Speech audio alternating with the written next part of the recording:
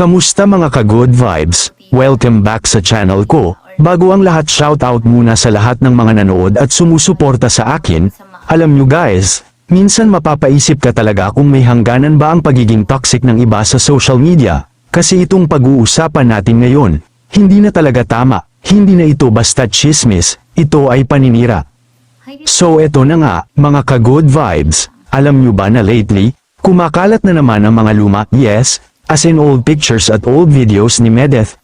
Anong masama roon? Wala naman sana, kung hindi lang dinagdagan ng mali siya at edited pictures, pinutol-putol para palabasing masama ang isang tao. Kumbaga guys, ginawa na naman ang kwento, pinagtagpi-tagpi, dinagdagan, at syempre, may kasamang judgmental na caption, lahat ng yan ginawa ng mga taong parang wala ng ibang content. Kaya pati nakaraan ni Medeth ginagawang kasangkapan para sa panibagong pangbabash. Dito tayo lalong nalulungkot, kasi may mga content creator dyan na parang naubusan na ng originality. Kaya ang ginagawa, naghahalukay ng past ng ibang tao, hindi ito content, mga ka-good vibes. Ang tawag dito, pangbabash disguised as entertainment.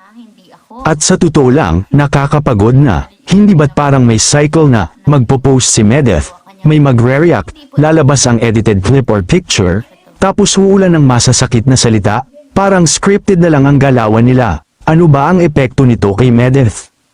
Isipin nyo na lang, paano kung ikaw si Medeth, na kahit tahimik ka, kahit matagal nang tapos ang issue, babalikan at uungkatin pa rin ang nakaraan mo.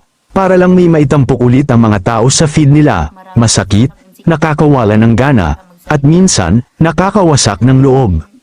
Kaya eto ang panawagan natin ngayon, sana naman tumigil na ang mga ganitong gawain, hindi ito nakakatawa, hindi ito teya, hindi ito entertainment, ang tawag dito ay cyberbullying disguised as clout chasing.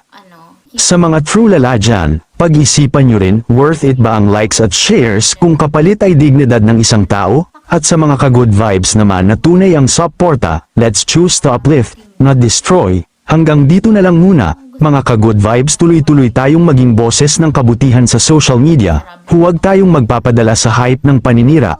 Spread good vibes, love, and not hate. Hanggang sa susunod, maraming salamat po.